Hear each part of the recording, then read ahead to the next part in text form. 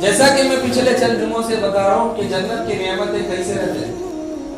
جنت کا کھانا، جنت کا پینا، جنت کا بستر، جنت کا اوڑھنا، جنت کا انٹرٹینمنٹ، جنت کا گانا، جنت کے نعتاں، جنت کے حمداں، یہ سارے تذکرے ہو گئے. اب جب جنت والے جنت میں چلے گئے، جنت کے تذکرے تو سن لیے، اب کچھ جہنم کے تعلق سے سنو.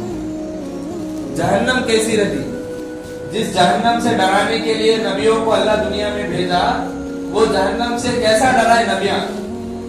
سارے نبی، 1.25 لاکھ نبی کم و بیش یا 1.5 لاکھ نبی جو دنیا میں تشریف لائے علیہ السلام، وہ سارے جہنم سے ڈراتے تھے. جہنم کیسی ہے اب اس کے بارے میں تھوڑا مختصر بتا دیتا ہوں. جنت کے بارے میں جب سنے تو دل ایسا بول رہا تھا کہ ابھی مر جانا ہمیں، بس وہ چیز مل جائے ہمیں. لیکن جب جہنم کے بارے میں سنیں گے تو موت سے ڈرنے لگیں گے. موت کے بعد یہ ہے کیا؟ ایسا ہے. الایمان بین الخوف والرجاء، حضرت عمر رضی اللہ عنہ کا فرمان، الایمان بین الخوف والرجاء، ایمان خوف اور امید کے درمیان ہے. ادھر سے ڈر بھی رہنا جہنم کا، ادھر سے امید بھی رہنا جنت کی. ادھر سے ڈر بھی رہنا اللہ کی ناراضگی کا، ادھر سے امید بھی رہنا اللہ کی رحمت کی. یہ دونوں کے بیچ میں ایمان. کوئی اگر ہمیشہ مطمئن ہے اللہ بہت بڑا معاف کرنے والا، بھائی ہمیں کتنے گناہ کرے تھے، کیا کر سکتے ہیں، اللہ کی رحمت کے سامنے ہمارے گناہ کیا تو ہے کیا. یہ بھی ایمان کی علامت نہیں. جو ہر بات کو کوئی بھی گناہ کر رہا، کیا بھائی ایسا کر رہا، اللہ بہت بڑا رحیم. بھائی کیا بھائی سود کا کاروبار کر، اللہ معاف کرنے والا. بھائی کیا بھائی شراب پی رہا، اللہ کی طرف کے کون ہے رحمت کرنے والا. یہ بھی ایمان کی علامت نہیں. یعنی ہمیشہ اللہ سے اچھی امید لگائے، اللہ معاف کرتا، اللہ معاف کرتا، اللہ معاف کرتا، کہتے گناہوں میں پڑھتے جا رہے، یہ بھی ایمان کی علامت نہیں. خالص اللہ سے امید لگائے، اللہ معاف کرتا، اللہ معاف کرتا. رسول اللہ صلی اللہ علیہ وسلم سفارش کرا لیتے، قیامت کے دن سفارش کرا لیتے، فلاں میرے پیر و مرشد مل جا سفارش کر. خالی امیدوں میں ہے اور خوش فہمی میں ہے، الحمدللہ میں تو مسلمان ہوں. یہ بھی ایمان کی علامت نہیں. یہ بھی ایمان کی علامت. یا پھر ایسا ہے خالی ڈر رہے، میرا کیا ہوتا کہ چھوٹا گناہ کرے تو بھی فل ڈر ہو جا رہا، کیا ہوتا ہے جہنم میں اتنا بڑا عذاب ہے، میرا کیا ہوتا ہے. بات کو ڈر رہے. ایک آدمی جو ہے نا، ہمارے محلے کا جو واقعہ، برسوں کا نمازی، برسوں کا تقریباً نہیں کا تو بھی 10 سال سے تو نماز پڑھ رہا، لیکن اچانک کیا ہوا کہ کیا نہیں کہ چند دنوں میں نماز چھوڑ دیا. جب دیکھا اس کو کہ ہمیشہ نماز پڑھنے والا تھا، پھر کیوں نماز چھوڑ دیا، میں اس سے پوچھا تو وہ جو آدمی تھا انہوں بولے، حضرت میں بیان میں سنیا اللہ تعالیٰ قیامت کے دن نمازہ ہمارے منہ کو مارتا کرتے. نمازہ ہمارے یعنی جو نمازہ بغیر اخلاص کے ہمیں پڑھے رہتے، وہ نمازہ اللہ ہمارے منہ کو مارتا کرتے، کام کو نہیں آتے کرتے وہ نمازہ. تو میں پہلے میرا اخلاص بنا دوں، اس کے بعد نمازہ پڑھتوں کرا.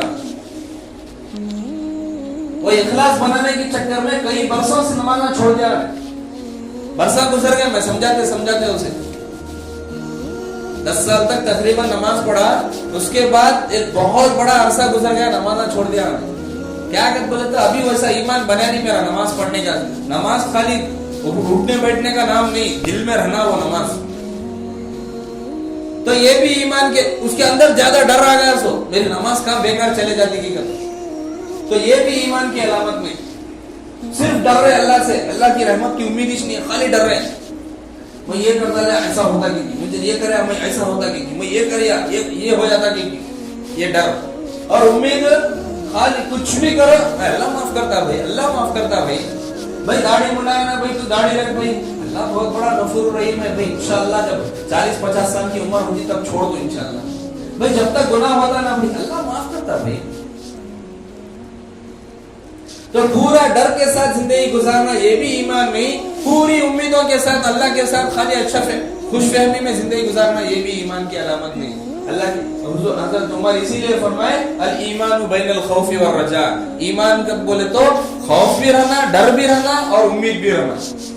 نمازاں بھی پڑھتے رہنا، اگرچہ اخلاص نہیں ہے نماز میں ہمارے، نمازاں بھی پڑھتے رہنا، اللہ سے امید رکھنا کہ اللہ میری نماز قبول کرے گا، شاید امید رکھنا، اور ڈر بھی رہنا کہ میری نماز کیسا بننا، اچھی نماز کیسا بننا، میری ڈرتے ڈرتے پڑھنا. یہ ایمان. الایمان بین الخوف والرجاء. اسی لیے خوف اور رجا کے بیچ میں نبیوں کو اللہ بھیجا، بشیر اور نذیر بنا کر بھیجا. صرف بشیر نہیں بنے، خالی خوشخبریاں سناتے گئے. تو ایک صحابی کو حضرت ابو ہریرہ غالباً میرے خیال سے ایک صحابی کو حضور صلی اللہ علیہ وسلم بولے جو آدمی ایک بار بھی لا الہ الا اللہ کہیں گا وہ جنت میں داخل ہوگا. حضور صلی اللہ علیہ وسلم وہ صحابی بولے یا رسول اللہ میں یہ حدیث جا کے سب کو سناؤں کیا، سب بھی پورے دوسرے صحابہ کو سناؤں کیا؟ تو حضور صلی اللہ علیہ وسلم نے فرمایا نہیں سناؤ. کیوں؟ کیونکہ اگر یہ حدیث سنا دے تو لوگ مطمئن ہو جاتے، میں تو ایک بار لا الہ الا اللہ بولا نا میں تو جنت میں چل جاتا، نبی کا ٹینشن نہیں. بتاؤ نا کوئی. ابھی لوگوں کی سچویشن ایسی نہیں ہے کہ تمہیں یہ بتائے تو بھی لوگ عمل کریں گے. ایسی سچویشن جب ابھی ایمان کا شروع کا دور تھا، ابھی جب ابھی ایسا پختہ ایمان بنا نہیں تھا، ایمان والے زیادہ نہیں تھے، لیکن اس کے باوجود بھی جب وہ صحابی کا انتقال ہو رہا تھا تب انہوں وہ حدیث بتا دیے لوگوں کو، تاکہ ایسا نہ ہو کہ کوئی حدیث کو چھپانے کا گناہ میرے اوپر نہ آ جائے. اس لیے انہوں انتقال کے ٹائم بتا کے دنیا سے چلے گئے. تو یہ ایمان. پوری امید بھی نہیں، پورا خوف بھی نہیں. ایمان خوف اور امید کے درمیان. خوف کس چیز کا؟ کس سے ڈراتے تھے؟ خبر میں تو جہنم کے حالات سن لیے کہ خبر میں جو بندہ گناہگار ہوتا اس کے خبر میں اللہ تبارک و تعالی جہنم کی کھڑکی کھول دیتے، جس کے ذریعے جہنم کی آگ، جہنم کے انگارے، جہنم کے سانپ، بچھو اور جہنم کی غذا، وہ ساری چیزیں اس کے خبر میں پہنچتی. تو جب جہنم کا چھوٹا سا نمونہ خبر میں بھیجے تو اس کی حالت یہ ہے، تو جو اصل جہنم ہے وہ کیسی رہیں گی؟ سوچو. جہنم کے بارے میں حضور صلی اللہ علیہ وسلم فرمائے جہنم کے 7 گڑھے ہیں. جہنم میں گڑھے، بڑے بڑے گڑھے. ایک گڑھے سے دوسرے گڑھے کی، ایک گڑھے کا یہ کنارہ دوسرے گڑھے کا وہ کنارہ، ایک گڑھے کے کنارے سے دوسرے کنارے تک جانا والے تو 500 سال کا فاصلہ لگتا ہے. اتنا بڑا ایک گڑھا. تو ایسے 7 گڑھے ہیں جہنم کے، اور اس میں سب سے گہرا گڑھا ہے منافق کے واسطے. جہنم کا سب سے بڑا عذاب کسے ہوتا؟ سب سے بڑا، سب سے خطرناک عذاب کسے ہوتا؟ منافق اور مشرک کو. منافق کو سب سے بڑا عذاب اور مشرک کو سب سے بڑا عذاب. باقی اور بھی بڑے بڑے گناہ ہیں نا، ابھی اسے نہیں، ان ساروں سے بڑا گناہ یہ منافقت اور مشرک، شرک بہت بڑا گناہ ہے. جہنم کے گڑھے ہے کیسے؟ جہنم کی آگ اتنی تیز رہتی، حضور صلی اللہ علیہ وسلم نے فرمایا کہ 500 سال کی دوری سے جہنم کی بھاپ محسوس کر سکتے ہیں. اب کوئی آدمی یہاں ایک دم ایسا چوڑی تیز آگ لگایا تو اس کی بھاپ تقریباً ہم نے 10 قدم یا 20 قدم تک اس کی بھاپ آتی اگر زبردست آگ لگائے. اگر یہ پورے گراؤنڈ میں اگر کوئی آگ لگایا تو اس کی بھاپ کہاں تک آتی؟ ہم نا 100 میٹر تک آتی. 1 کلومیٹر میں نہیں آتی، 100 میٹر تک آس پاس اس کی بھاپ آتی، اس کی بو آتی، وہ جلنے کی اثرات دکھتے ہیں. جہنم کی آگ اتنی خطرناک رہتی، کہتے ہیں اللہ کے نبی صلی اللہ علیہ وسلم فرمائے کہ اس کی آگ کی گرمی، اس کی بھاپ، اس کی جو یہ رہتی نا جلنے کی صفت، اسے 500 سال کی دوری سے اسے محسوس کر سکتے گا. اور جہنم کے قریب بھی اگر کوئی بندہ گیا تو اسے ایسی پیاس لگتی کہتے اگر انہیں 7 سمندر کا پانی پیا تو بھی اس کی پیاس نہیں بجھتی. ایسی تیز آگ رہتی جہنم، ایسی تیز آگ. اچھا جہنم کے ایک گڑھے کی گہرائی کتنی رہتی؟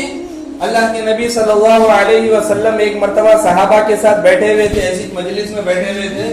صحابہ کو جو ہے کوئی ایسی دین کا مذاکرہ، دین کی بات بتا رہے تھے.